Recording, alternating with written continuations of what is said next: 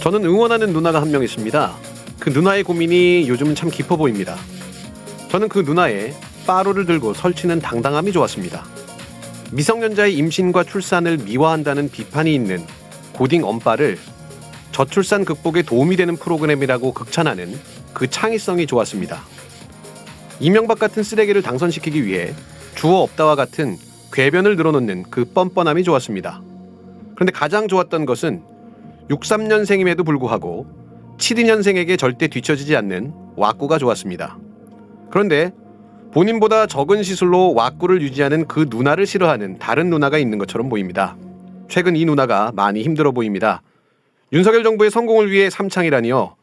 왜 날 싫어하는 건 윤석열이 아니라 다른 사람이라고 이야기하는 당당함을 보여주지 못합니까? 제가 조롱이지만 나경원을 응원하는 이유는 그만큼 윤석열과 김건희의 공동정부가 싫기 때문입니다. 압도적 팩트로 윤석열 정부를 규탄하는 아농구TV 수요일 진행을 맡은 저는 열린민주당 대표 김상균입니다. 제 옆에는 압도적 팩트, 진리는 꼼꼼함, 시사계의 편집증 환자 안원구 전 대구지방국세청장님 나와 계십니다. 예, 반갑습니다. 예, 오늘은 편집증 환자까지는 아닌데. 예. 오늘은 좀 인트로가 좀 길었는데요.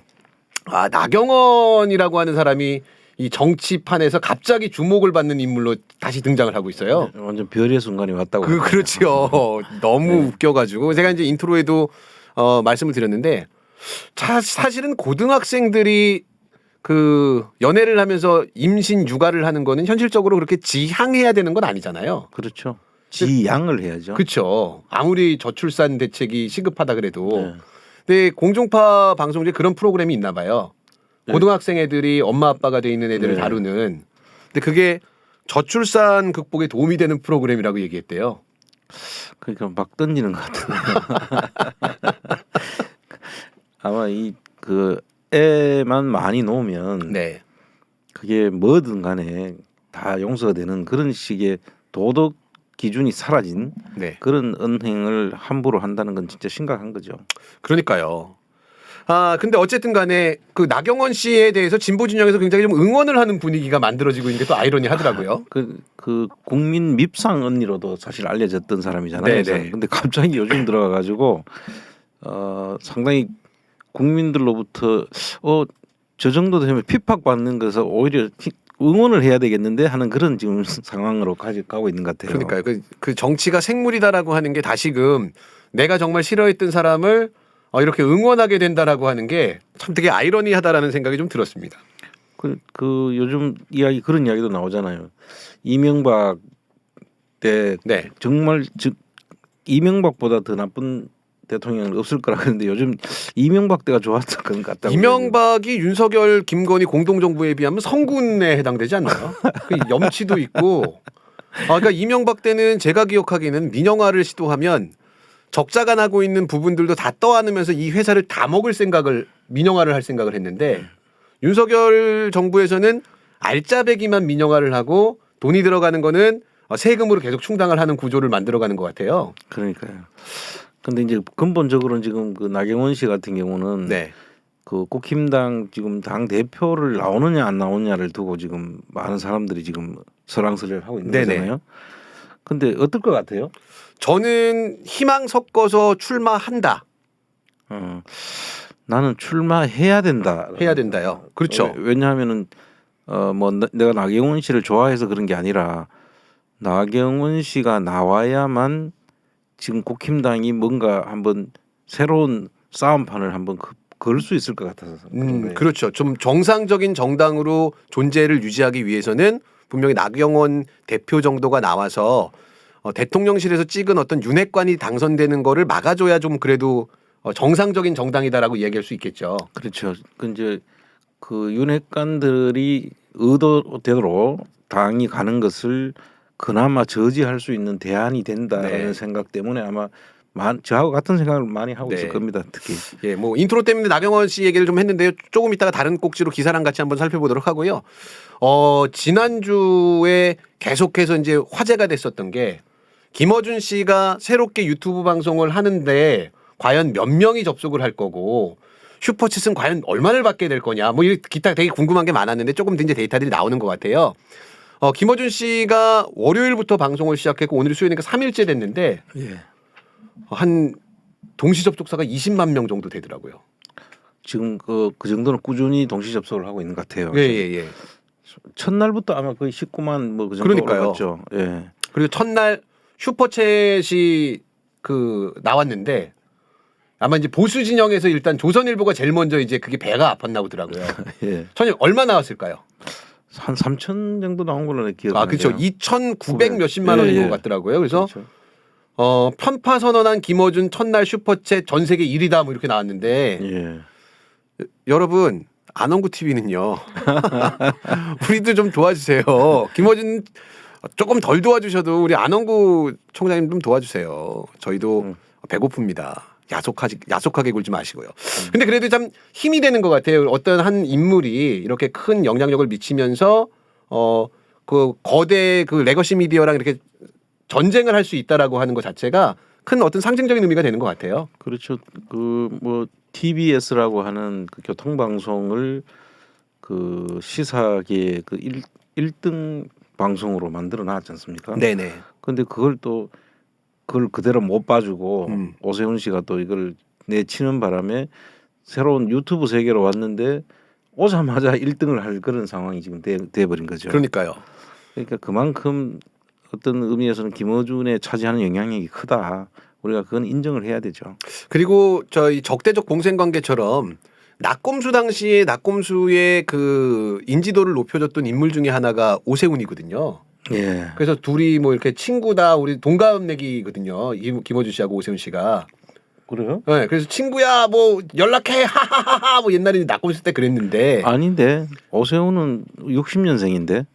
그래서 저는 친구로 들었거든요. 그때 아니. 방송에서도 그래서 친구다라고 했었는데. 오세훈은 나이가 많습니다. 김어준은 7년생인가 9년생인가 그렇고요. 예, 뭐 확인들 해보시길 부탁드립니다. 오세훈 씨가 61년생인 것 같고요. 김어준 씨도 비슷하지 않을까 싶긴 한데. 아니에요. 차이가 많아요. 예. 네, 압도적 팩트에 또 우리 네. 총장님이시니까 제가 접고 가도록 하겠습니다. 예. 근데 여기서 이제 61년생이면 좋겠다라고 하는 개인적인 희망이 들기는 합니다. 자, 김어준 씨의 생년월일은요? 61년생? 68년생. 68년생. 한참 동생이네요. 그렇죠. 네. 아마 그러면 저희 정봉주 씨하고 동갑이든가 그때 낙검수 멤버 누구랑 동갑이래 갖고. 맞아요. 정봉주 씨하고 오세훈 씨가 동갑이에요. 네네, 뭐 친구야 막 그랬는데 어쨌든 간에 꽃갈콘이다, 보수의 아이콘이 아니라 보수의 꽃갈콘이 됐다라고 하면서 조롱했었는데 실제 이 인지도를 만들어준 것도 오세훈 시장 덕분인 것 같아요.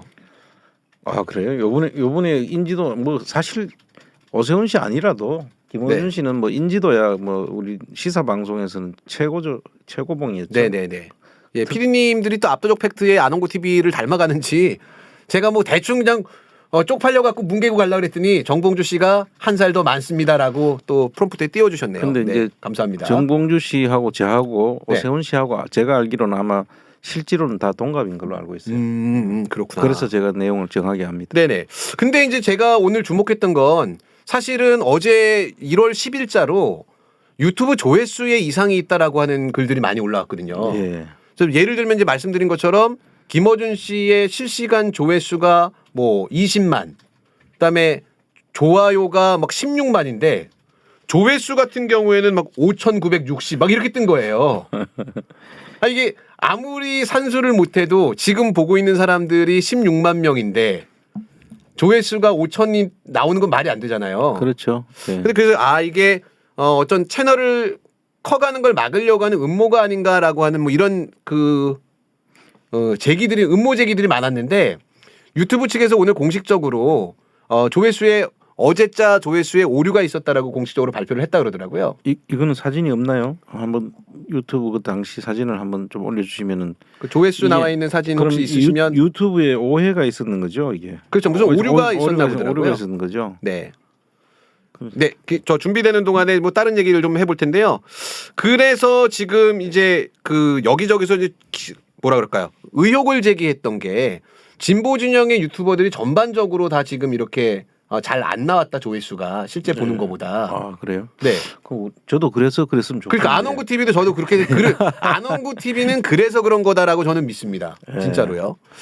근데 저는 이게 우리 사회의 어떤 단면을 보여준다라고 하는 걱정이 들었거든요. 그러니까 네. 오류다라고 하는 그 구글의 공식적인 발표가 있었음에도 불구하고 사람들이 뭔가 조금 석연치 않으면 정부의 외압이 있었다, 외력이 작용했다라고 하는 의혹을 먼저 제기한다라고 하는 건 그만큼 공권력이나 정부에 대한 신뢰가 떨어졌다라는 걸 얘기해 주는 것 같아요. 그렇게 봐야죠. 네. 지금 너무 차이가 나도 너무 나니까요. 네네. 조회수로 한 몇십만이 될 텐데 네.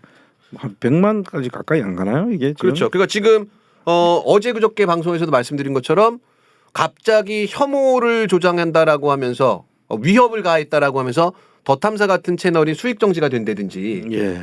좀 설득력이 없는 결과들이 나오면서 아마 시민들이 이런 의혹들을 많이 갖게 되는 것 같습니다. 유튜브 코리아도 한국에 있을 거 아닙니까? 네네. 지사가 네. 그쪽에도 영향을 받을 수는 있겠죠. 네네. 뭐 구글이라고 해서 뭐 미국에만 있는 게 아니니까. 그렇죠. 예. 그 지금 화면 한번 띄워줘 보시면 어떤 분이 이제 캡처해서 올려준 사진인데 요게 실시간 조회수가 오류가 됐다라고 하는 이제 안내가 공식적으로 나왔는데 이게 나와도 사람들은 야 저거 봐 걸리니까 저렇게 얘기한다. 그러니까 음모론은 사실 한도 끝도 없잖아요. 뭐를 그러니까. 공식적으로 얘기해도 저봐 안 걸릴 줄 알고 그랬다가 걸려서 저렇다라고 하는 의혹이 계속해서 확산되고 있는 상황인 것 같습니다. 근데 김어준 씨의 영향력은 굉장히 좀 커지고 있는데 우리 청장님도 김어준 씨하고 개인적인 이렇게 또 인연이 되게 오래되셨죠? 예.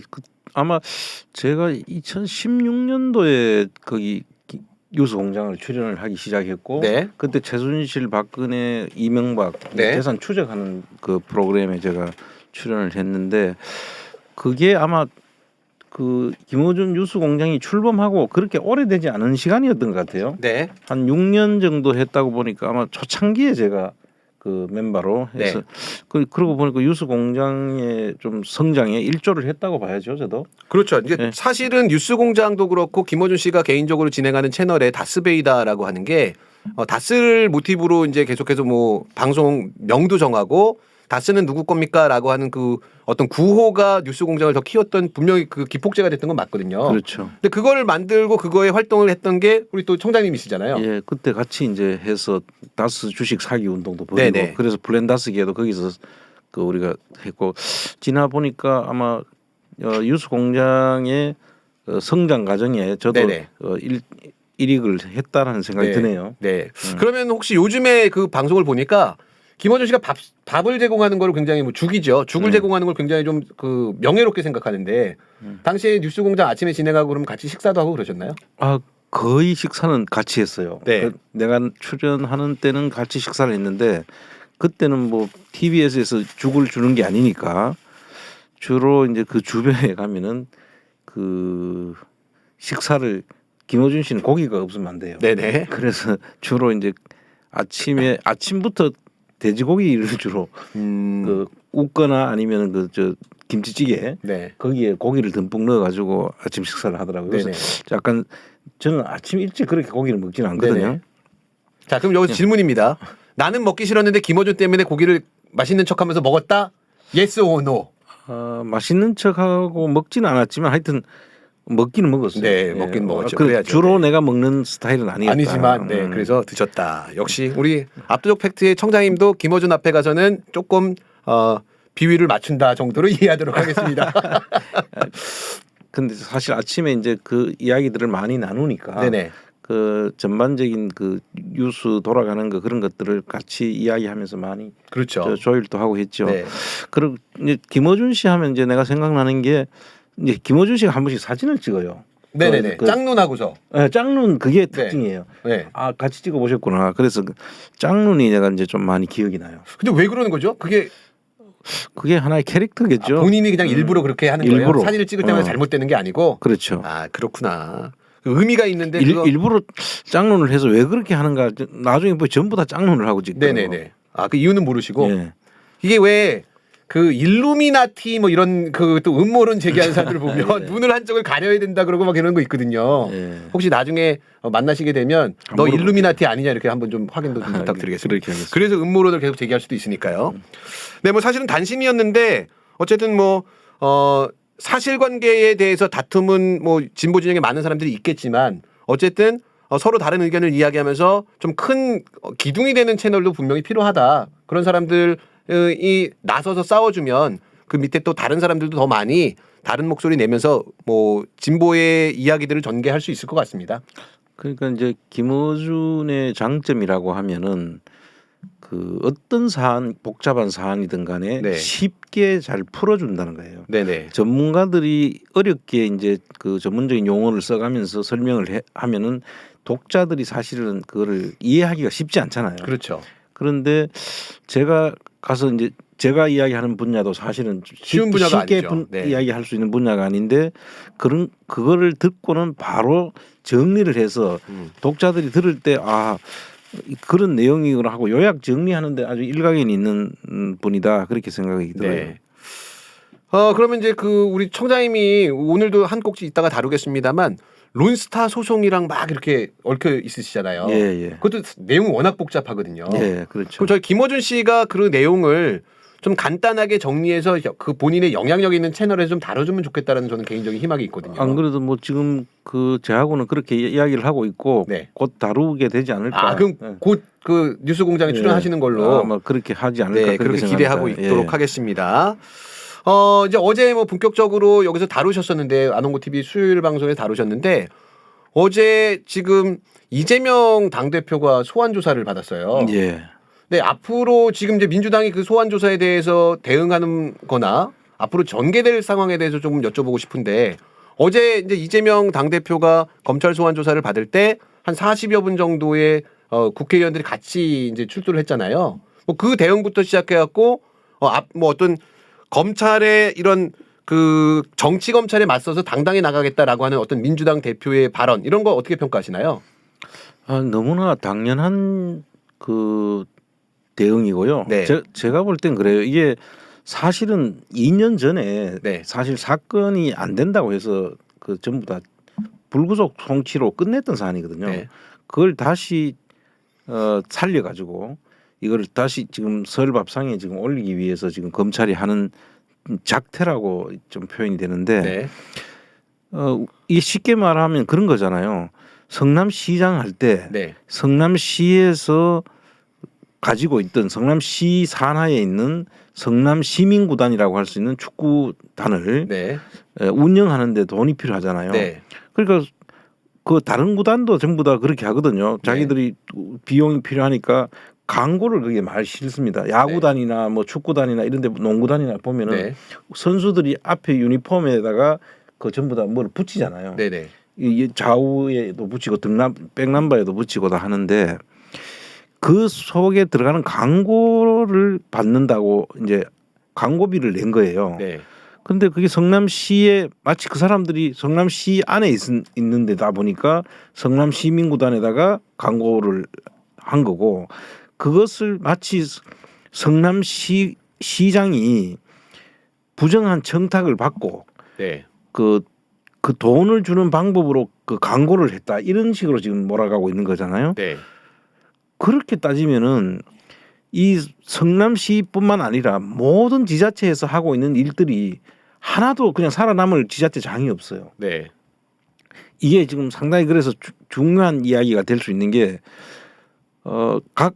제가 이제 쉽게 예를 들면 부산 그 LCT라고 들어봤죠. 네네. LCT 해가지고 뭐 그 이모라는 사람이 그걸 가지고 돈을 1조를 넘게 벌었다고 해가 돈 다른 데 갖다 뿌리고 해가지고 상당히 문제가 됐던 것이지 않습니까? 그 LCT의 부산시에서 오히려 거기서 시에서 저거를 도로가까지 내줬어요. 네. 그러면 그 시가 그러면 그 사람한테 그 혜택을 준 거잖아요. 그렇죠, 그렇죠. 그런 거는 정말 제3자 뇌물이 될 수 있는 거죠. 그 사람한테 뇌물을 줬으니까 제3자 뇌물이라기보다는 그 이익을 줬으니까 배임 문제가 나올 수 있는 거죠. 근데 이거는 어떤 케이스고 하면은 성남시가 부담해야 될 세금 대신에 이거는 그 광고주인 회사에서 광고를 주고 그 광고를 낸 돈을 성남시에다가 광고 비용으로 준 거잖아요. 그렇죠. 근데 그걸 갖다 뇌물을 줬다라고 그것도 직접 이재명한테 준 게 아니니까 제3자 뇌물이다 이렇게 간 건데 자 여기에 몇 가지 저는 함정이 있다고 봐요. 좀 내용을 우리가 살펴봐야 되는 게 저는 이제 이 그 회계나 이 기업 문제를 많이 다루는 사람이다 보니까 그 관점에서 먼저 설명을 좀 드리자면 그 회사 입장에서는 그 돈을 만약에 뇌물로 주려고 하면은 네.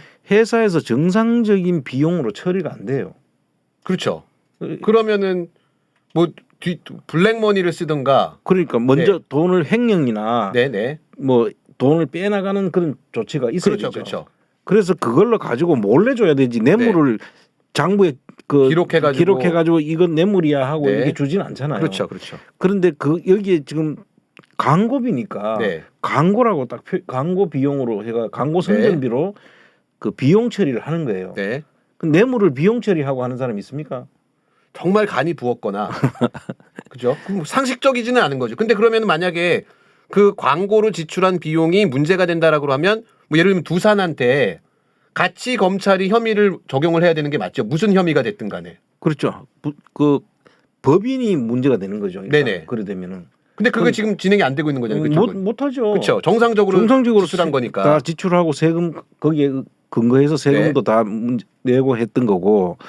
그리고 이제 그 보통 그 부정 처사 후 제3자 수뢰라고 한다면 제3자한테 뇌물을 줬다고 한다면은 그 제3자한테 간 돈이 어떤 형식으로든 이재명한테 들어가야죠. 그 이익이 와야 되는 거예요. 그래야 제3자 수뢰가 되는 거지. 네. 그러면 이제 그 제3자 수뢰라고 적용했던 게 K미르 사건이잖아요. 네네네. K미르 사건은 여러분 잘 아시니까 비교하자면은 박근혜 최순실한테 그 돈이 갈 수 있도록 재단에다가 놓고 나중에 재단 운영을 해버리면 되는 거죠. 재단을 가면은 그 사람들이 그 자기들이 그 재단을 관리할 수 있던 입장이 되면은 경제 공동체라는 이름으로 해서 그렇죠. 박근혜한테 갈 수 있다라는 그런 논리를 폈는데 네네.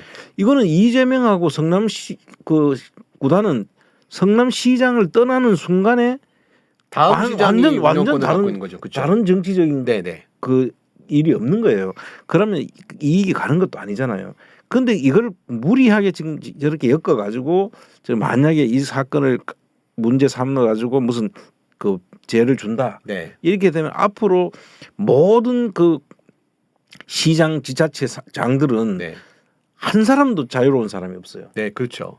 그래서 이 부분은 제가 볼 때는 앞으로 그런 식으로 적용할 수가 없다. 그래서 검찰이 지금 미쳐 날뛰는 거예요. 맞습니다. 정말 정치 검찰 그러니까 권력의 어떤 기생하던 정치 검찰들이 실제 본인들의 세력들이 집권을 했다라고 하면서 정치를 하고 있는 것 같아요. 이제는. 그러니까 이제 우리가 검찰이 정치한다 이렇게 이야기를 했는데 이제 정치 검찰이 돼버린 거예요. 그렇죠, 그렇죠. 이제 모든 검사들의 이렇게 적용하는 이런 앞으로 검사들이 하는 행위는 우리 국민 누구도 이제 이 검찰 행정력에 대한 그 불복종 운동이 사실 일어날 수 있는 그런 일인 거예요.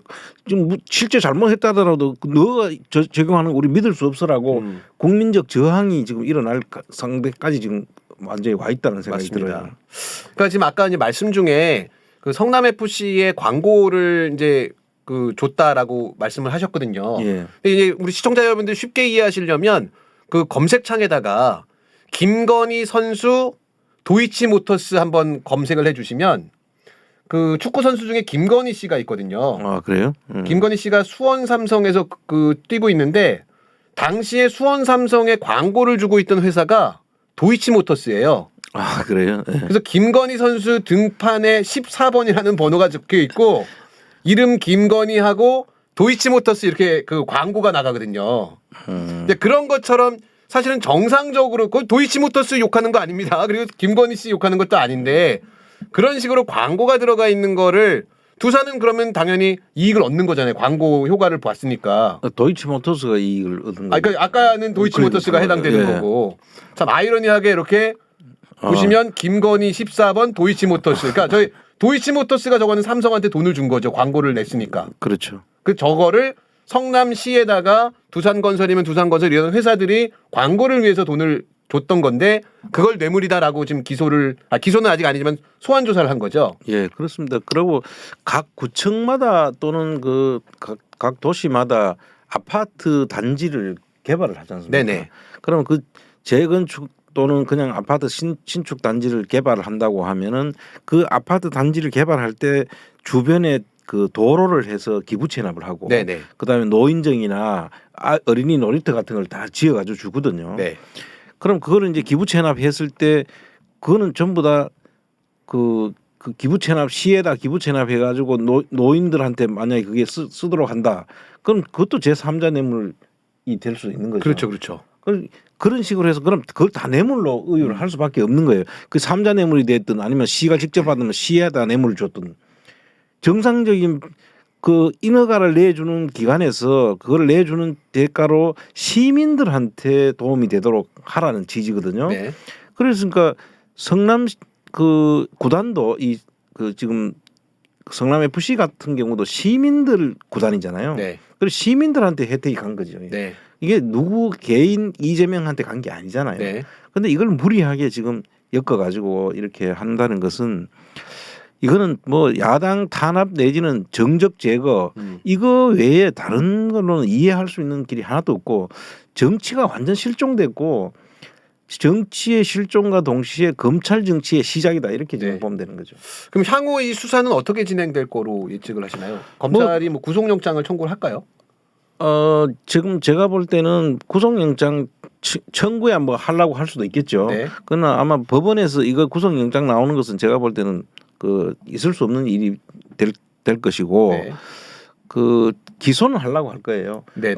구속과 별개로 불구속 기소나 이렇게 해가지고 지금 이재명의 그 약간의 흠집을 내야 되는 그런 상황이 와 있는 네. 거죠. 그런데 이 성남시에서 지금 이재명한테 지금 하고 있는 성남시장에 있을 때 하고 있는 것이 이것뿐만 아니잖아요. 지금 그 변호사비 대납 네. 이야기도 지금 나오고 있고 네. 그다음에 이 FC 관계도 있고 그다음에 대장동 네. 이 다 성남시장 시절에 있었던 네네. 일이잖아요. 이런 거를 이제 돌아가면서 계속해서 리바이벌 하고 있는 거예요 지금. 네. 저는 오늘 기사 중에 박지원 전 국정원장이 이거 아마 구속영장 청구할 거다 이렇게 이제 이야기한 게 기사화됐는데 저는 이게 박지원의 그 노련함을 보여주는 거라고 생각하거든요. 예. 그러니까 구속영장을 칠 거다라고 먼저 설레발을 치는 거죠 이쪽에서. 그럼 이제 검찰이 운신의 폭이 되게 위축돼 버리고 그다음에 뭐 정말 만약에 친다라고 하면은 굉장히 큰 역풍을 맞을 수 있는 누가 봐도 얘네는 이렇게 예측하고 있었는데 이걸 정말 그렇게 친해라고 하니까 민주당에서 극단적인 상황들을 다 그 설정을 한 다음에 조금 거짓말하면서 검찰 내부자의 정보에 의하면 구속영장을 청구한다고 한다. 그럼 지지자들도 되게 결속되고 검찰 내부에서는 누가 흘렸는지 막 색출하려고 자기들끼리 막 자중질환하고 이렇게 좀 언론 플레이를 할 필요도 있지 않을까요? 이제 뭐 박지원 씨야 뭐 노련한 사람이니까 이제 네. 그런 것까지도 우리가 생각할 수 있는데 뭐 박지원 씨가 아니라도 네. 구속영장을 치지 않을 거면은 이렇게 가가지고 무슨 큰 의미가 있겠어요. 네. 우리 국민들은 사실 구속영장이라는 게 재판할 때 증거인멸이나 뭐 도주를 못하게 하기 위해서 막는 것이 구속영장인데도 불구하고 사람들은 구속됐다 이러면은 저 사람은 죄가 있는 사람이야라고 그렇죠. 사람들한테 인식을 주게 되거든요. 그래서 아마 그런 시도는 내가 볼 때 하려고 할 거고 네. 그러나 이제 판사 그 구속영장 그 발부를 하는 거는 판사가 하는 거니까 네. 판사의 그 단계를 넘어야 되잖아요. 네. 또 그것도 지금도 뭐 판사들도 다 지금 그 조련을 시키고 있잖아요. 지금 네네. 윤석열 정부가. 그러니까 판사들이 자기가 배알이 있다면 자기들 그런 판단은 못할 것 같은데 네. 뭐 너무나 이상한 세상이라서 제가 네. 단언은 못하겠어요. 그러긴 아닙니다. 네. 어제 같은 경우에도 이제 그 이재명 당대표가 조사를 받고 있는 동안에 조사받는 내용이 거의 실시간으로 기사화되더라고요. 그러니까 그게 이제 크게 보면은 비사실 공표죄가 되는 네네. 거고 죄거든요. 네. 그다음에 비밀 공무상 비밀 그 유지 비밀주의? 의무를 네. 지금 어긴 거거든요. 그것도 다 범죄입니다, 사실은. 네. 그런 범죄를 지금 하고 있다는 건데 그게 그동안에 그 피사실 공표라든지 이 공무상 비밀 누설에 대한 거는 검찰들은 그동안에 아무도 적용을 거의 안 받았어요. 네. 그래 공공연하게 지금 쟤네들이 저렇게 하는 거를 법이 있음에도 불구하고 적용을 안 하니까 이런 일들을 막 벌이는 거예요, 지금. 그래 이런 거는 시범 케이스로라도 딱 한번 문제를 삼아줘야 네. 이게 추미애 장관이 법무부 장관 할 때 비사실 공표죄를 아예 못하도록 못을 딱 박았는데 네. 그래도 지금 아랑곳 없이 지금까지 하고 있는 거잖아요. 네네. 그 요번 기회에 명백하잖아요. 이거는 네. 직접 그 어떻게 지금 그 조사를 받고 있는 사람한테 네. 그 하고 있는 이야기가 바로 그냥 특정 언론한테 그 노출이 됐냐는 거죠. 네. 이건 있을 수 없는 거지. 흘려주지 않으면 있을 수 없는 일이잖아요. 그러니까요. 그 안 그러면 거기다가 뭐 몰래 도찰을 한다든지 그 방법 아니고는 없잖아요. 현실적으로는 그건 뭐 후자는 불가능한 네. 것 같고 그럼 이제 검찰 내부에서 언론 플레이를 해갖고 이재명에 대한 어떤 악의적인 이미지를 좀 만들어내려고 수사를 이렇게 회피하고 있다. 아무 말도 안 하고 있다. 뭐 이런 사실들을 계속 올렸던 거죠. 그러니까 그것도 그랬고 그와 또 달리 다른 측면에서 보면 또 이재명 그 자녀 네. 그 마사지 업소에 가서 그냥 네. 마사지 받았는 거를 성매매 업소 그거를 재수사하라고 또 그때 또 냅니다. 네, 네, 네. 근데 지금 그것도 냈지만 또 오늘 또 경향신문이 네. 또 뭐를 했죠? 경향신문이 이렇게 이야기합니다. 경향신문이 김만배가 이재명 시장을 그 검찰에 가서 그 보호하려고 하는 그런 노력들을 했다라는 그런 내용의 기사를 내보냅니다. 네네네 그거 맞습니다. 그래서 그러니까 이미지가 이게 근데 그 이제- 남욱이 그런 얘기를 했다는 거잖아요. 예. 김만배가 한 얘기가 아니라. 아니 이제 요거는 남욱이가 했다는 거는 그거는 이제 MBC에서 네. 김만배가 그 유동균의 한테 대장동과 관련해서 돈을 주려고 했다는 것이고 오늘 경향신문에 네. 나온 이야기는 또 뭐냐면 그러니까 지금 이 언론 플레이를 지금 정치를 검찰이 완전 언론을 네네. 통해가 정치를 하고 있는데 오늘 그 경향신문 이야기는 뭐냐면은 2014년 3년도인가 4년도에 2013년도에 김만배가 이재명을 위해서 그 당시에 뭐 검찰에 부탁을 했다. 뭐 형수 욕설 사건이니 네네네. 뭐 그런 거 하고 그 처리하는데 그 검찰에 가서 그런 부분들을 그 도와줬다 이런 취지의 기사를 지금 내보내는 거예요. 그래서 경향신문하고 지금 한겨레하고 네. 한겨레가 또 오늘 또 뭘 냈더라고요. 네. 한겨레는 그 또 김어준을 좀 깠죠. 네. 그 지금 언론이 이런 이야기가 있어요. 지금 검찰과 관련된 언론들 특히 법조 검찰이라고 네. 기자라고 하죠. 네. 법조 기자들이 검찰들한테 완전히 그 뭐 치녀 네. 애완견 역할을 하고 네. 있다는 느낌이 들어요. 그리고 언론이 다 죽었다는 게 지금 검찰이 죽음과 동시에 언론까지 같이 그쪽 법조 관련된 기자들이 다 싸그리 다 죽은 것 같아. 네. 참 안타까운 건데 제가 요즘에 저는 좀 이런 고민들이 들더라고요. 지난 이제 문재인 정부에서는 정권 초기에 개혁의 어떤 동력을 얻지 못할 때 대통령 하나 바뀌었을 뿐이다라는 얘기가 있었어요. 예. 그래서 개혁하지 못한 핑계로 일단 관료들은 그대로인데 대통령만 바뀌었기 때문에 우리가 개혁을 못한다라는 얘기가 많았는데 요즘에는 대통령 하나 바뀌니까 세상이 이렇게 어지러워진다라는 얘기들을 많이 하더라고요. 그렇죠. 그런데 좀 안타까운 현실입니다만 우리도 좀 배워야 될 부분들이 있지 않나라는 생각을 저는 개인적으로 좀 하거든요. 당연히 배워야 되죠. 네. 이게 방향성이 나빠서 그렇지. 네. 대통령이면 사실 할 수 있는 일이 많은 거죠. 네. 뭐 제가 여기까지만 이야기하겠습니다. 알겠습니다. 예, 예. 네. 제가 괜한 떡밥을 던졌습니다. 근데 이게 지금 오늘 되게 충격적인 오늘인가 그 기사 보니까 되게 충격적인 건데 이 다른 언론에서는 안 받고 시민 언론에서 얘기를 한 것 같아요. 민들레에서 예. 이 대장동 화천대유 막 얘기가 복잡한데 그 우리 청장님이 국내 최초로 주장했던 이 대장동은 결국 돌고 돌아 SK랑 연결되는 지점들이 나온다라고 우리가 거의 뭐 1년 전부터 얘기를 했었잖아요. 예. 근데 그게 기사가 나왔더라고요. 예. 조선일보, 화천대유, SK 이렇게 이어지는 고리가 나왔는데 그 기사 간략하게 좀 정리 좀 해주시면 어떤 내용인 거죠? 예. 그 내용에 보면은 지금 이제 대장동과 관련해서 김만배가 언론사들을 상대로 해서 돈을 뿌렸다. 네네. 지금 그래서 뭐 세계 언론하고 또 한 군데 언론에는 뭐 특정 그 여성 기자한테 그 뭐 구찌인가 하는 그 명품 구두를 또 그 선물했다. 이래 가지고 이제 대장동과 관련하여 돈 받은 언론사 기자들을 지금 다 언급을 했잖아요. 네. 지금 민들레에서 지금 오늘 보도한 내용은 제가 보니까 그거예요. 돈만 받은 게 아니라 이 취업까지 해줬다. 그러니까 이제 네. 그 돈을 주거나 이렇게 그 로비를 하는 방법이 네. 꼭 돈을 주거나 뭐 그 물건을 주는 것도 있지만 취업을 시켜가지고 그 관리하는 방법도 있을 거 아닙니까? 네네네. 지금 그 이야기인데요. 그 이제 그분이 이제 이모라는 기자 거기서 나오는데 원래 조선일보에 있었다는 것이고 네, 논설위원 출신이죠. 조선일보 논설위원회 뭐 조선일보에서 상당히 꽤 많은 기사를 썼더라고요. 네. 그런데 그 사람하고 그 사람이 이제 하천대유에 갔다가 하천대유가 이제 이 김만배 이 사건이 터지기 전에 바로 옮긴 것이 SK증권으로 옮긴 거예요. SK증권으로. 그러니까 이제 네. SK증권이면 누굽니까? 우리가 천화동인 1호부터 7호까지 네. 그 특정 금전 신탁이라고 하는 이름으로 그 숨어서 이 대장동 사건을 일으키게 해준 그 회사잖아요. 네네.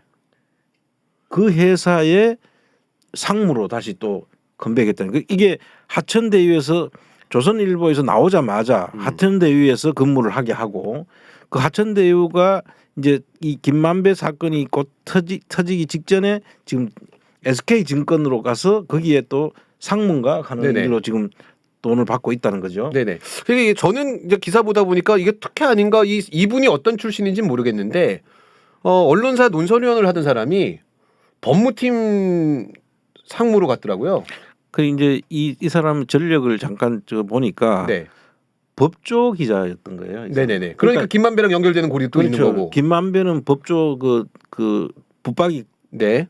법조 기자였잖아요. 그러니까 김만배하고 연결고리가 있다고 봐야죠. 네네. 그러니까 또 하천대유로 데려가고 네. 하천대유에서 바로 SK증권으로 갔는데 그 연결고리를 보면은 SK증권이 그냥 SK증권이 아니었다. 그 네. 당시에 SK가 특정 금전 신탁이 SK증권이 아니었으면 이렇게 천화동인 1호부터 7호에 해당되는 사람들이 그 안에 숨어서 여기 할 수가 없었던 거예요. 그렇죠. 그렇죠. 그때 왜 그랬냐면은 그 당시에 건설업체가 안 된다.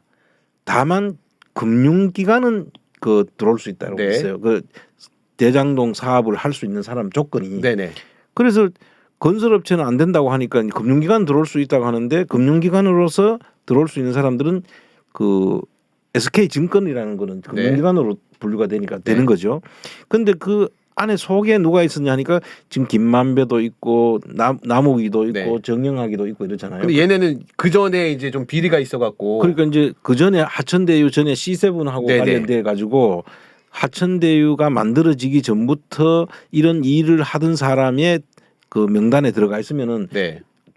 이런 일을 할 수 자격을 안 주는 그렇죠. 거죠. 그렇죠. 그러니까 겉으로 보면 SK증권인데 속에는 남욱이와 정영학이가 들어가 있죠. 그렇죠. 그러니까 순교가 들어갔으니까 이거는 안 될 거를 만들어서 해준 대단히 중요한 그런 그러니까 외피를 딱 씌워가지고 그 사람들이 숨겨주는 하나의 역할을 한 회사인데 그 회사에 또 다시 거기 갔다는 거죠. 네. 그러니까 법조 출신이라는 것, 조선일보 출신이라는 것, 그 다음에 이 다시 그 SK증권 그 하천대유를 거쳐 SK증권에 갔다는 것, 이게 SK하고 관련성이 있는 거 아니냐 하는 그런 하천 지금 이 민들레 그 보도 내용이 예. 상당히 중요한 내용이고 여기 이제 우리가 늘 이야기했듯이 키인앤파트너스라는 네. 하천대유의 돈을 빌려준 업체가 그게 SK 그 최태원 씨의 여동생의 돈을 받아가지고 거기에 넣어갔다가 거기서 일부는 남욱 60억은 남욱이한테 가고 네.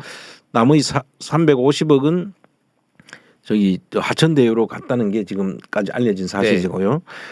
그러니까 SK가 종잣돈이 여기에 들어왔다는 건데 그 돈의 원천에 대해 가지고 SK도 봐야 되고 그럼 그 들어갈 때 어떻게 해서 그래 들어갈 수 있었느냐.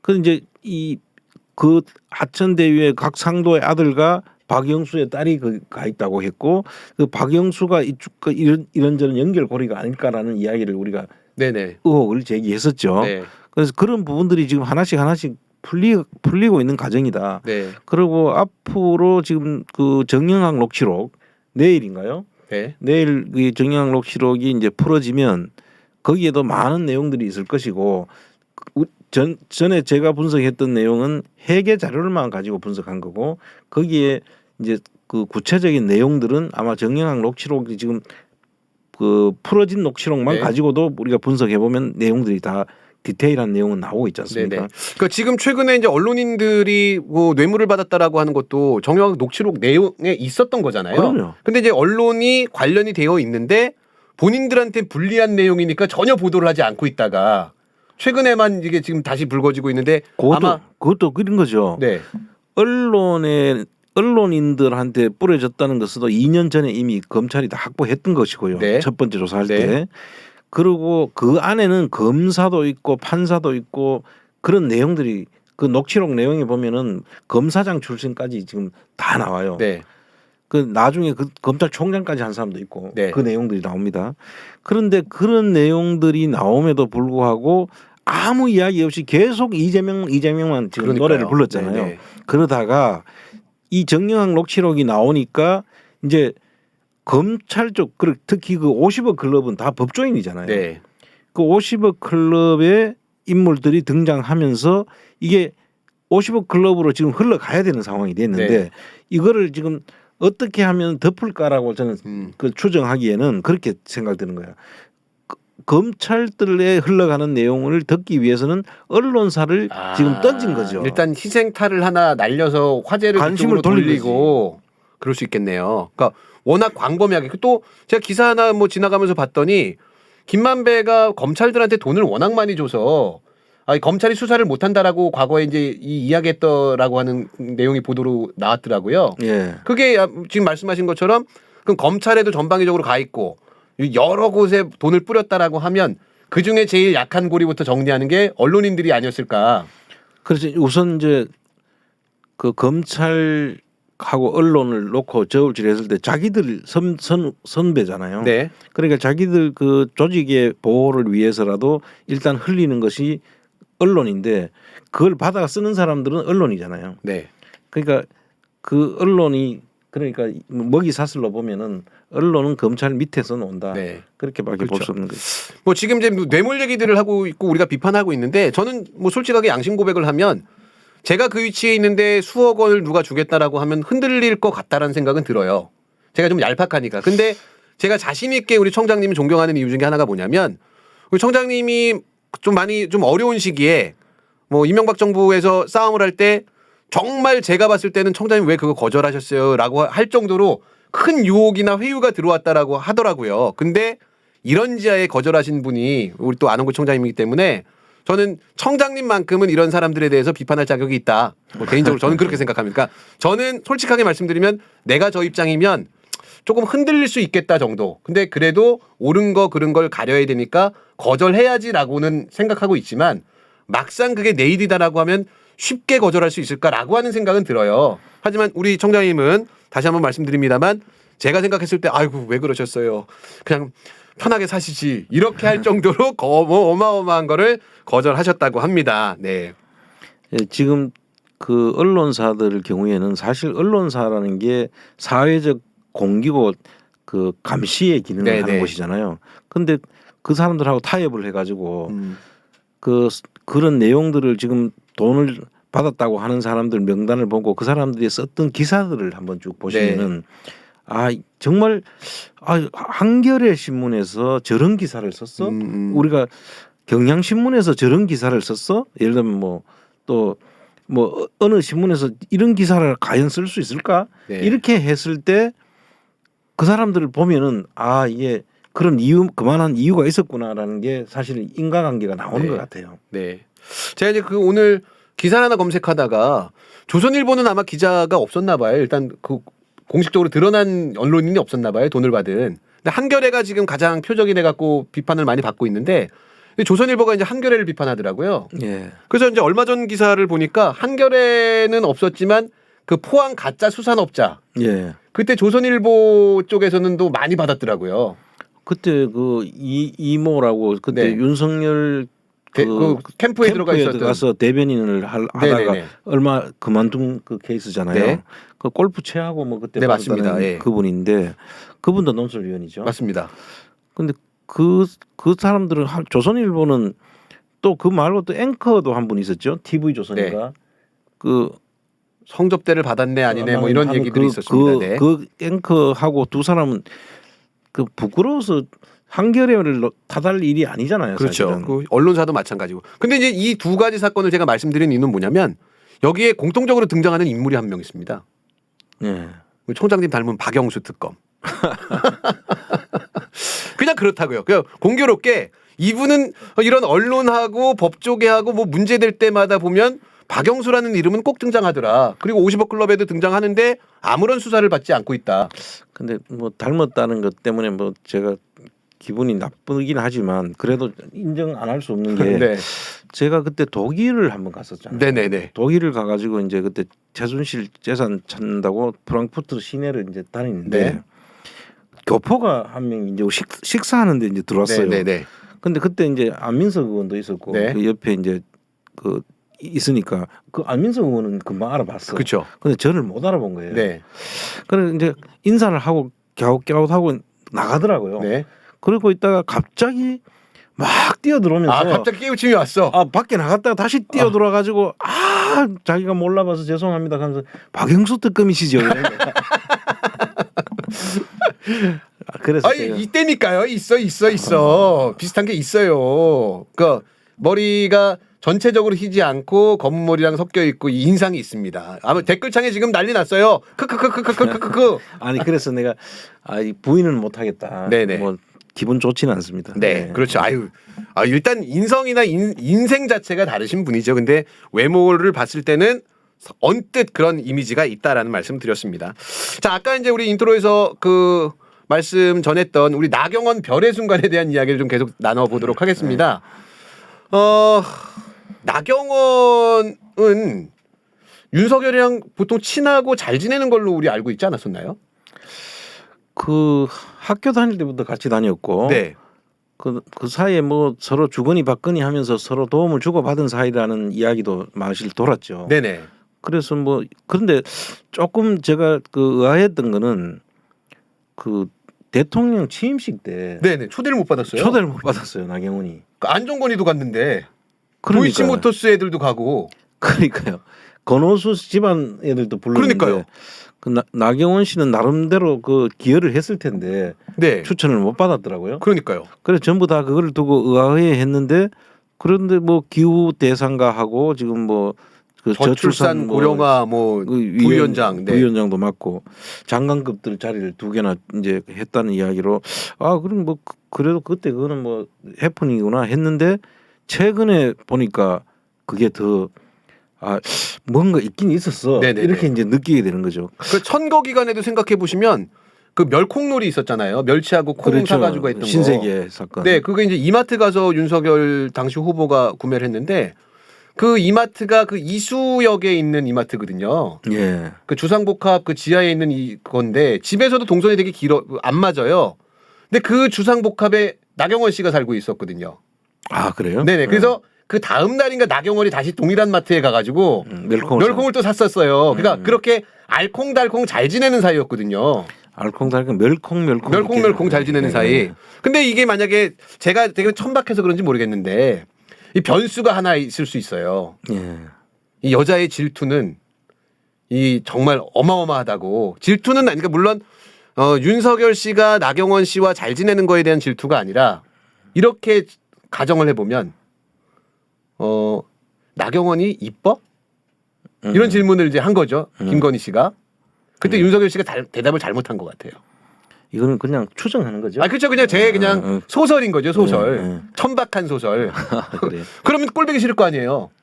그럴 수는 있겠죠. 근데 왜냐하면 취임식에 초대받지 못했다라고 하는 건 그 기간에 나경원과 윤석열이 틀어질 수 있는 뭔가가 최소한 하나라도 있었어야 되는데 없었잖아요. 그 선거운동 기간에는 나경원이 누구보다도 열심히 했고 그리고 당선되고 나서도 좋았는데 취임식에는 초청을 못 받았다. 그 취임식 때 주로 초청받은 사람들이 또 김건희 씨하고 또 관련성이 상당히 있어 보이는 그런 맞습니다. 네. 그 주관을 누가 했을지 네. 모르는 정도로 네네. 그런 생각들이 들어서 뭐 그런 합리적인 의심을 해볼 수가. 그러니까 제가 그럼 이제 우리 청장님이 처세술을 한번 좀 테스트를 해봐야 될 것 같은데 인생 선배로서 사모님이 조금 예쁜 여자분을 이렇게 한참 쳐다보시다가 여보 저 여자가 예뻐? 이렇게 물어봤어요. 그럼 뭐라고 답하십니까? 예쁜 사람 보고 예뻐가라 물으면 예쁘다고 하죠. 그렇죠. 그렇게 한 것 같아요, 윤석열도. 그래서 저는 처세술이 전 얄팍하니까 안 들려 이렇게 거짓말을 할 수는 없고 졸려 뭐 이렇게 피해가지 않을까. 아 그래요? 네. 그러니까 그런 얘기들이 지금 막 돌거든요, 사실. 실제 지금 제가 농담처럼 얘기했는데 인터넷 공간에서는 우리 시민들이 보기에는 아니 나경원을 좋아하는 건 아닌데 나경원이 그래도 무게감이 있고 그래도 중진이고 뭐 원내대표도 했던 사람이고 그렇게 열심히 했는데 이걸 이렇게 날린다고 하는 게 좀 제3의 어떤 그 영향이 있는 게 아니냐라는 의혹들이 좀 있거든요. 아까 지금 물은 질문을 지금 다시 해도 될까요? 네. 그냥 생각해 보니까 좀 잘못한 것 같은데 예쁜데 내 스타일은 아니야. 아, 그렇지. 그게 붙어줘야죠. 그렇죠. 내 스타일 아니야. 이게 제가 아까 이제 다른 개인 방송 하면서 채팅창에 물어봤거든요. 네. 남자분들 제일 많이 한 게 내 스타일 아니야예요. 모든 분들이 그때 대답은 내 스타일 아니어다라고 대답하겠다라고 얘기하시더라고요. 나는 기어코 생각해가지고 한 말인데 그게 다 본능이 비슷한 거예요. 그러니까 생존 본능이 대부분 다 비슷하지 않나라는 생각이 드는데요. 자, 그게 지금 왜 여담이 아니라 이 말씀을 드리는 이유는 뭐냐면 어쩌면 그동안에 의혹이 있었던 국정 운영이 지금과 같은 지금 우리가 얘기하는 의혹과 같은 프로세스로 결정된 게 아니겠느냐. 그러니까 실제 대통령과 나경원이 틀어질 이유는 전혀 없어 보이는데 어떤 외부의 힘이든 외부의 영향력 때문에 틀어졌다라고 하면 그동안에 우리가 의혹을 제기했던 이상한 어떤 의사결정들 그것도 이 보이지 않는 손길에 의해서 좌지우지되지 않냐라는 의문을 제기하는 거거든요. 그럴 수도 있겠죠. 네. 제가 볼 때는 지금 전체적으로 봤을 때 왜 지금 당 대표 당내에서 지금 그 전체적으로 우리가 여론조사를 했는 걸 봤을 때 네. 1위를 지금 부동의 1위더라고요. 맞습니다. 보니까 네. 부동의 1위고 그러면은 다른 이유가 없다면 네. 잘 지냈는데 당 대표로서 같이 갈 수도 있는 거 아니겠어요? 그렇죠. 근데 굳이 지금 여러 가지 지금 보면은 대통령실에서 아예 안 된다고 지금 이야기하잖아요. 네.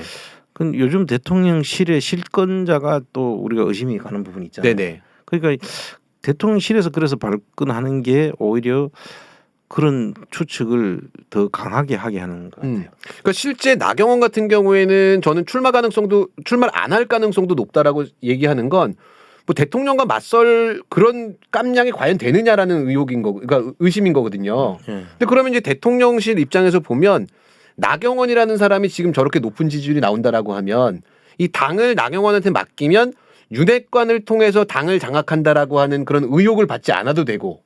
그렇죠. 그리고 하지만 나경원은 분명히 대통령실과 잘 지낼 것 같고. 근데 굳이 이렇게까지 쳐내야 되는 이유를 좀 이해할 수가 없거든요. 그렇죠. 아까 그런 이유 아니면 그렇죠. 이 쳐내는 이유를 알 수가 없어요 지금. 네.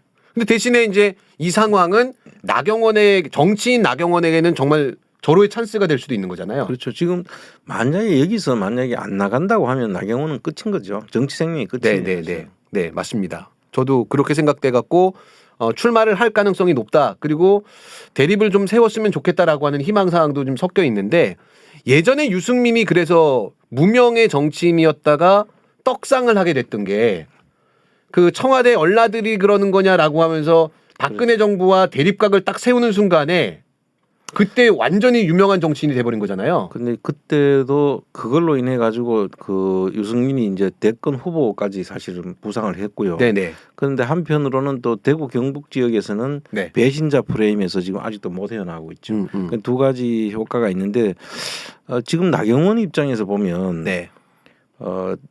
이 만약 이 기회를 놓치잖아요. 네. 그럼 이번이 이제 요번 대표가 중요한 게 사실은 총선 때 공천권을 행사한다는 맞습니다. 거잖아요. 네. 총선 때 공천권을 행사해야지만 자기 사람들을 이제 많이 있는 거고 정치는 세력이잖아요. 네네. 그 세력을 할 수 있는 일인데 만약 이 기회를 놓치면은 다음에 뭐 당 대표나 뭐 하더라도 아무런 세력이 없어져요. 네네. 그리고 그럼 지금 나경원의 나이나 이런 걸로 봤을 때 거의 뭐 이것이 마지막이고 어떻게 보면 별의 순간인데 네. 이거를 놓친다면은 사실은 거의 기회가 없다. 그렇죠. 근데 그게 우리 관전 포인트가 돼야 될 것 맞습니다. 같아요. 그래서 저쪽이 계속 자중질환에 빠지고 막 좀 혼란스럽고 싸움하고 욕심을 막 드러내고 그러면 흔히 말하는 이제 중도 정치 고관여층이 아닌 분들이 보기에는 아 쟤네 왜 이렇게 싸워 지금 꼴보기 싫게 이래서 전당대회 컨벤션 효과가 좀 없어지게 그리고 그 한편으로는 이재명을 중심으로 한 민주당에서는 검찰 정치 검찰과 싸우는 모습들을 보여줘서 좀 더 중도 측을 흡수할 수 있는 그런 동력을 삼으면 참 좋겠다라고 해서 우리가 이런 말씀을 드리는 것이 뭐 나경원을 우리가 언제부터 응원했다고 나경원이 잘 돼야 된다 이런 건 아니잖아요. 근데 저는 이제 한 가지 또 이제 소설을 하나 써보자면 만약에 나경원이 정말로 윤석열 정부와의 반기를 들겠다고 결심을 하는 순간에 유승민과 연대를 한다 그러면요. 그럴 가능성이 있을까요? 근데 유승민도 그렇고 나경원도 그렇고 연대는 안 될 걸로 봐요. 이제 둘 다 자기 정치를 하려고 하는 사람들이니까 네. 뭐 안철수 같으면 모르겠는데 네. 두 사람의 캐릭터로는 제가 볼 때는 연대는 거의 불가능하다. 스스로 자기 연대를 한다 그러면 한 사람은 누가 양보를 해야 되잖아요. 그렇죠. 근데 그게 안 될 사람들이라고 저는 보는 거예요. 그렇죠. 근데 정치가 생문이니까 저는 이제 기대하는 포인트가 뭐냐면 나경원이 훨씬 그 당심을 쥐고 있으니까 유승민 같은 경우에는 당심에서는 조금 밀리다 보니까 딜을 하는 거죠. 공천권을 가지고서 이준석을 비롯한 이 유승민 계열의 애들을 공천권을 보장해 준다라고 하면 유승민이 이제 접고 들어가서 젊은 당원들의 표를 나경원 쪽으로 몰아주고 그래서 조금은 윤석열 정부의 독주를 좀 막을 수 있는 정상적인 정당으로 조금은 바뀌었으면 좋겠다라고 하는 그런 기대 때문에 말씀드리는 거거든요. 예, 그건 우리의 기대고. 그렇죠. 아마 그렇게 안 될 것 같아요. 맞습니다. 예. 네, 뭐 나경원 이야기는 그 정도 하도록 하고요. 좀 시간 관계상 이제 조금 짤막하게 말씀을 드려야 될 것 같은데 우리 청장님이 또 론스타 관련돼 갖고 국제 소송도 진행하고 계시잖아요. 예. 근데 론스타 관련된 기사가 오늘 좀 보이는 게 있더라고요. 근데 그 내용인 즉슨 우리 한동훈의 법무부가 론스타를 일부러 지려고 하는 거 아니냐. 그냥 말로만 승산이 있다라고 하고 전혀 의지가 안 보인다 정도의 이야기인데 청장님 지금 그 론스타 건 청장님이 소송 진행하고 있는 거는 뭐 진행상이 지금 어떤 상황인가요? 지금 현재 아직 연방법원에 지금 저희들이 해서 소송이 진행 중에 있고요. 네. 지금 현재 상태는 이제 우리가 걸석 재판이라고 하는데 네. 존 그레이켄이라고 하는 론스타 회장이 네. 자기는 나는 아이리시 출신이고 네. 미국 시민이 아니고 하기 때문에 미국 연방법원에서 재판 받을 필요가 없다라고 네. 이제 출석을 안 했어요. 네. 우리가 이제 그 소송을 했는데 같이 출석을 했어야 되는데 네. 그래서 우리가 문제를 제기했고 출석해야 된다 네. 하는 거를 연방법원에다 이야기를 해서 연방법원에서 그래 그 출석해야 되는 거는 맞는 것 같다라는 네. 것까지는 받아냈고 네.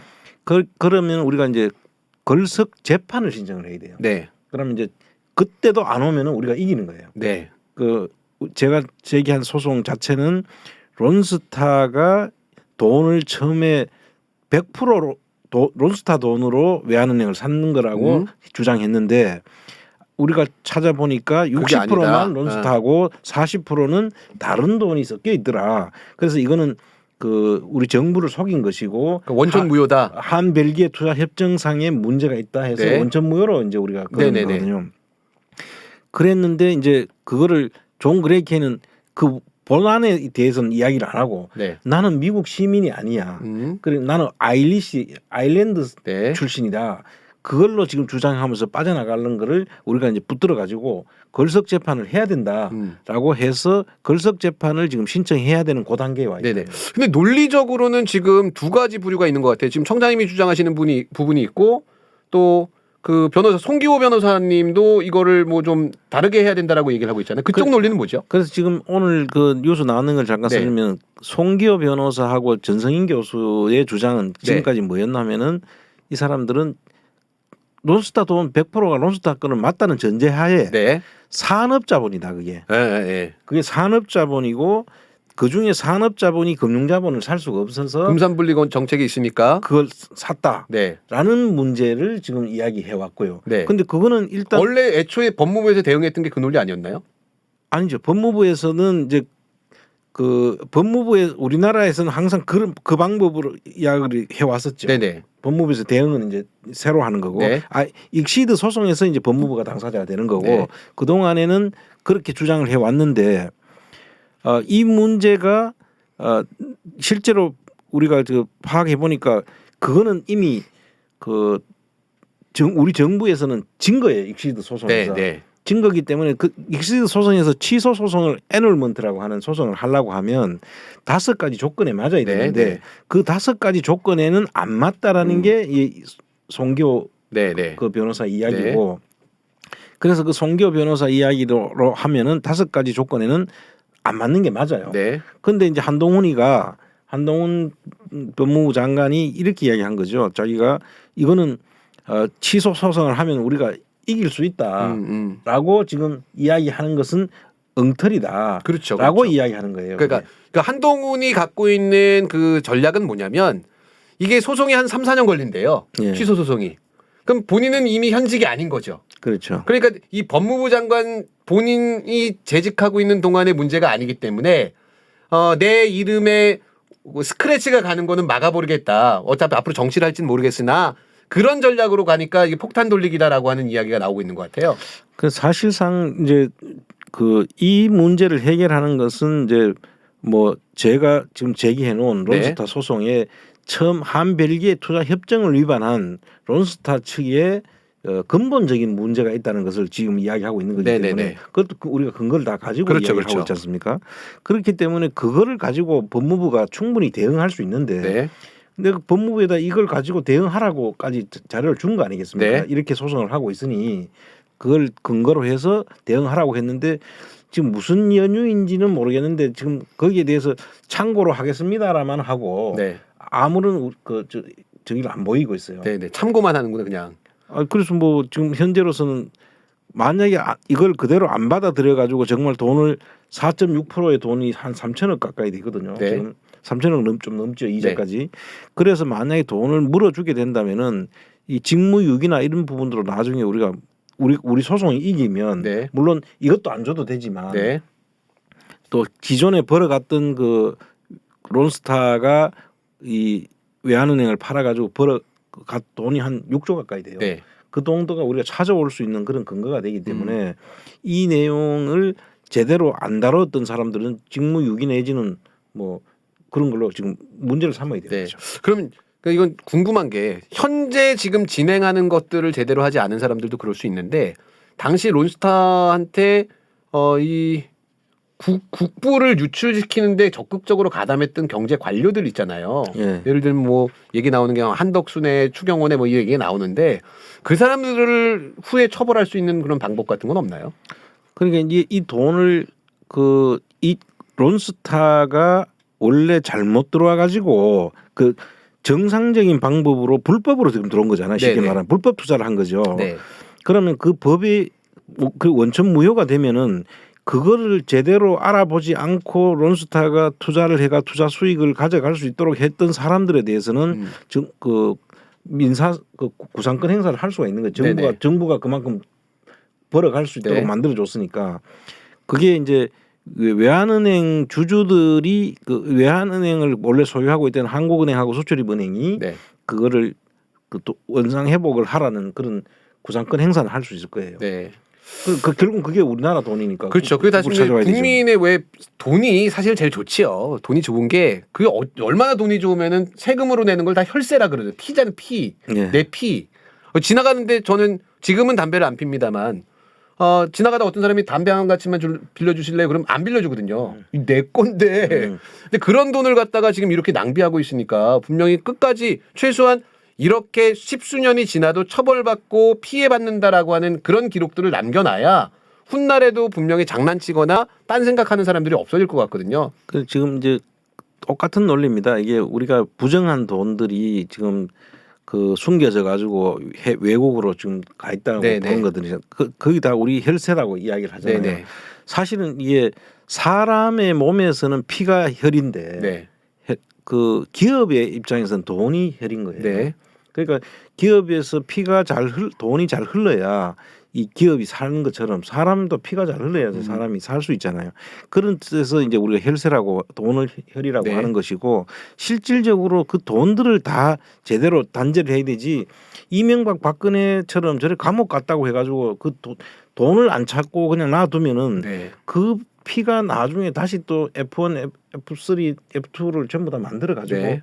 새로운 그 이런 범죄가 또 태동하는 거죠. 그래서 근본적인 거를 막기 위해서는 이런 돈을 전부 다 찾아서 정리를 안 하면은 네. 안 된다는 거예요. 네.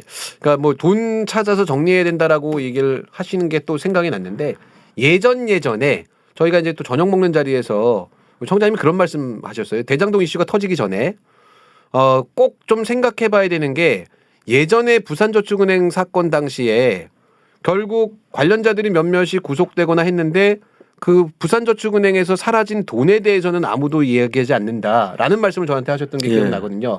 근데 지금 시간이 지나고 보니까 그 중에 일부의 돈이 대장동으로 흘러간 정황들이 보이기 때문에 그렇습니다. 결국 어떤 사건이 터졌을 때 그 돈을 끝까지 추적해서 그 흐름을 잘라내는 게 추가적인 범죄나 사회의 어떤 혼란들을 막을 수 있는 가장 최소의 어떤 그 방어선이다라는 생각이 다시 한번 좀 드는 것 같습니다. 예, 그거를 한번 더 조금 부연해서 내가 설명드리자면 부산저축은행이 뿐만 아니라 그 당시에 저축은행들이 다 네. 어떻게 했냐면은 PF를 일으키는 거죠. 네. 그럼 이제 대장동 사업 같은 경우에 이제 그런 여러 개 그런 PF가 일어났을 거 아닙니까? 그럼 그 사람들한테 돈을 줬는데 부도가 났어요. 네. 부도가 나면은 국가가 공적 자금이라고 해서 예금보험공사에서 돈을 넣어가지고 예금을 했던 돈 아니겠습니까? 네. 그러면 저축했던 사람들한테는 돈을 내줘야 되잖아요. 네. 그러면 그 국가 돈을 이었으니까 저축은행이 또는 또 예금보험공사가 받아와야 되는 것, 저축은행이나 이런 데서 받아와야 될 것을 네. 예금보험공사가 받아야 되는 거죠. 네. 네. 그럼 예금보험공사가 받아야 될 돈을 안 받고 놔두니까 지금 대장동처럼 저렇게 흘러가가지고 지금 저 나무위하고 이런 애들이 좋은 일 하는 거죠. 네. 그래서 지금 따지고 보면은 그 돈들은 사실 예금보험공사가 공적 자금을 투입해가지고 저축했던 사람들한테 보호를 해줬으니까 구상권 청구해서 구상권을 이걸로 받아내야 되는 거예요. 네네네. 그런데 지금 그 돈이 누구한테 가 있습니까? 김만배하고 뭐 저 나무기 유동규 이런 네. 네. 유동규인가 아니 그 정영학하고 이런 네. 애들이 지금 다 먹고 있잖아요. 네. 그래서 그런 부분들을 꼭 찾아서 먼저 그때 그걸 찾았더라면 저런 사건도 안 생긴다. 네. 그렇죠. 그 말씀을 드리고 싶어요. 또 오해하시는 시청자 여러분들은 지금 돈 찾으러 가야 되는 줄 알고 또 갑자기 또 가방 챙기시고 그러시는 것 같은데 안홍구 청장님이 찾을 테니까요. 여러분들은 그냥 후원해 주시고 구독해 주시고 좋아요 눌러 주시고 주변에 많이 알려주시면 좋을 것 같습니다. 청장님 마지막 인사 부탁드리겠습니다. 예, 뭐 이 항상 뭐 이 시간이 되면은 앞에 이야기를 이제 하도 많이 해놔가지고 네. 뭐를 정리를 해드려야 될까 생각했는데 오늘은 이제 이 론스타하고 이 모든 그 사건들 뒤에는 돈이 있잖아요. 네. 그래서 이 돈 정리를 마지막으로 끝까지 하는 게 이게 결국은 모든 사건들을 제대로 정리하는 것이지 무슨 그냥 형사처벌 한다고 해서 감옥에 보낸다고 해서 끝이 아니다는 이야기를 말씀드리고 싶습니다. 예, 저는 마지막으로 우리 누나 힘내라라는 말씀으로 누나를 애틋하게 응원하고 있는 저는 열린민주당 대표 김상균이었습니다. 시청해 주셔서 감사드립니다.